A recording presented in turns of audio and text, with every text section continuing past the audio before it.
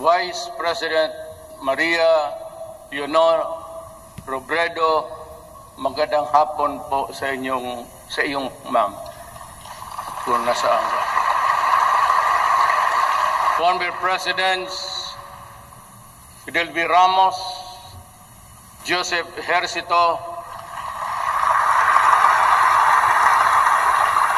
Macapagal Arroyo,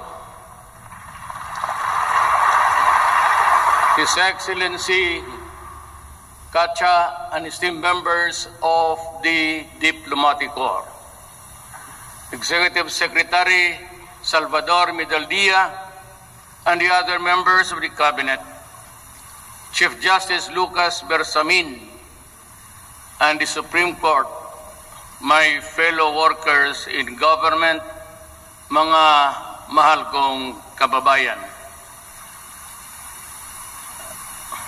Let me begin by extending my hand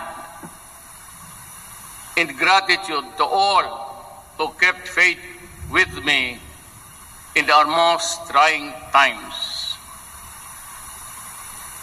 Numbers speak 1,000 words, tell 100 tales, but the landslide victory of the administration candidates, as well as the latest survey result, shows that my disapproval rating is 3%. I hope that the members of Congress,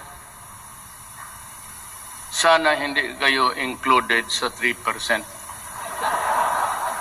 For it is not the eagle in the fight, but the fight in the eagle that matters.